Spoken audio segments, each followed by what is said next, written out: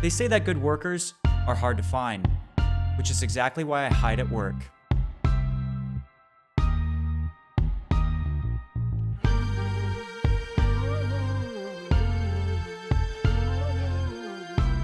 Welcome to Acquisition Pro Tips, where we seek to demystify and break down the essentials of government contracting so you can navigate the process with confidence. I'm Josh, a warranted government contracting officer, and today we're diving into wide area workflow, better known as WAWF. Let's get started. Traditionally, the DoD acquisition process was paper-based and labor-intensive. Invoices, receiving reports, and payments were mailed or even hand-delivered, which led to delays, lost documents, and interest penalties under the Prompt Payment Act. To fix this, the DoD launched the Paperless Contracting Initiative in the late 1990s, and by 1999, WAWF became operational. WAWF creates a virtual folder combining the three critical documents needed for payment: the contract, the invoice, and the receiving report. The system is web-based, secure, uses digital signatures, and ensures documents are tracked at every step. Benefits include global accessibility, fewer errors, faster processing, and fewer Prompt Payment Act violations. What used to take weeks can now take days, sometimes just minutes. So what is WAWF? The WAWF application, now part of the Procurement Integrated Enterprise Environment, also known as PI, is the official DoD's system for electronic invoicing, receipt, acceptance, and property transfer. Vendors can submit invoices directly. Government officials can inspect and accept online, and DFAS can process payments securely. Notifications are automatically sent by email, and all required supporting documents are stored in one place. This not only streamlines the process, it protects taxpayers by reducing interest penalties and ensures vendors are paid on time. But before you can even log into WAWF, your company must be registered in SAM.gov with a valid code. U.S. vendors require a CAGE code.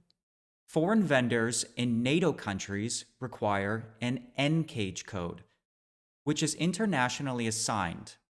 If you haven't seen my first video, go check it out. I explain step by step how to get your CAGE or NCAGE code.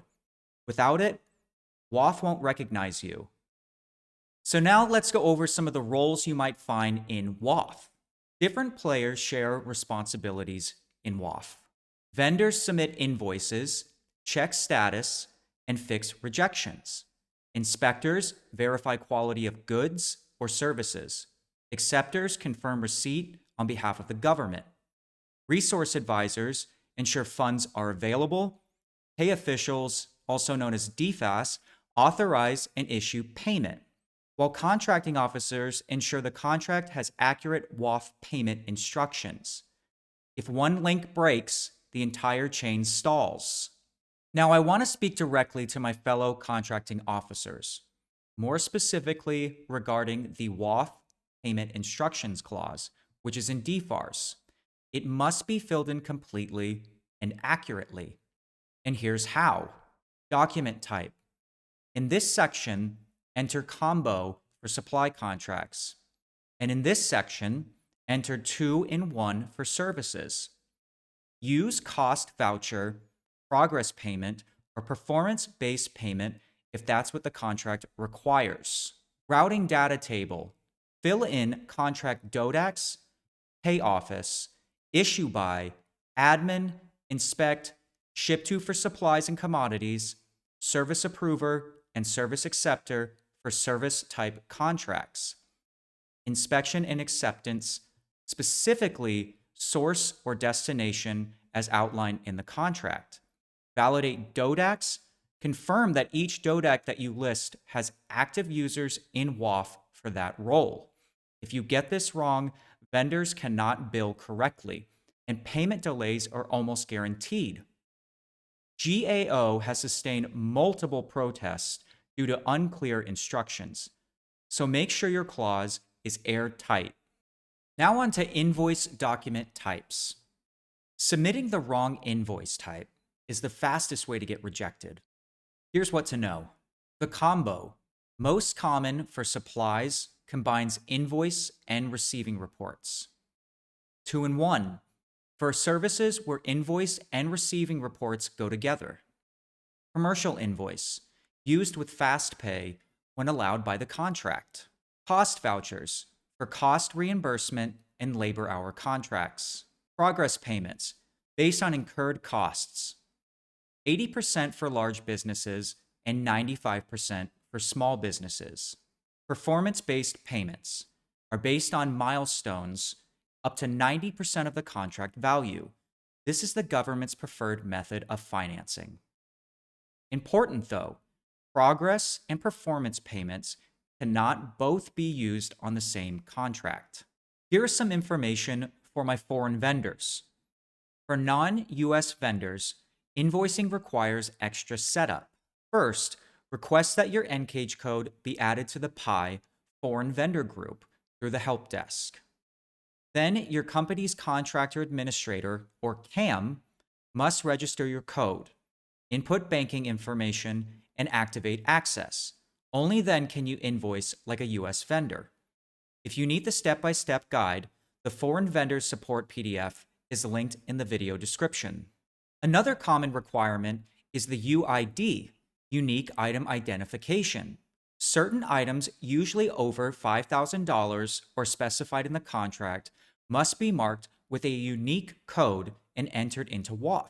Vendors must physically mark items, enter UID data correctly in the invoice, and use the WAWF UID wizard to avoid mistakes. The government's role is to make UID requirements clear in the contract and to validate quickly. Missing UID entries will get your invoice rejected. Prompt payment and interest penalties. The prompt payment clause requires payment within 30 days of receiving a proper invoice. If the government is late, interest is automatically added by DFAS. The U.S. Treasury updates the rate twice per year. For example, right now it's 4.6%. But remember, the clock only starts when a proper invoice is submitted. If your invoice is missing details or is incorrect, interest won't apply. All payment instruction links and Treasury rate updates are listed in my description. So here are a few common mistakes and how to avoid them. This is my top 10 list on why your invoices will get rejected. Number 1, contract data mismatch. Copy straight from the contract and not from memory. Number 2, wrong DODAC. Double check against WAWF instructions. Number 3, missing attachments. Include DD-250's timesheets or required docs. Number 4, wrong invoice type, combo versus 2-in-1, etc. Number 5, quantity price errors. Ensure line items match exactly. Number 6, acceptance delays. Coordinate with your acceptor early. Number 7, wrong pay office routing. Use the correct DFAS code. Number 8, typing errors. Even one digit wrong can derail you. Number 9, missing certifications mark. Final invoice when applicable. Number 10, submitting at the wrong time. Too early or too late both cause problems. Think of it this way: measure twice, invoice once. Now let's talk about fast pay. If your contract has the fast pay clause, you can be paid before acceptance, but your invoice must be marked fast pay, or it will process like a normal one. Remember, fast pay does not waive inspection or acceptance. It just shifts when the payment is released. WAWF notifications. Every action in WAWF generates an automatic email. These go to organizational inboxes, not personal addresses. Make sure your organization routes these emails properly. Otherwise, invoices can sit unworked for weeks without anyone realizing it.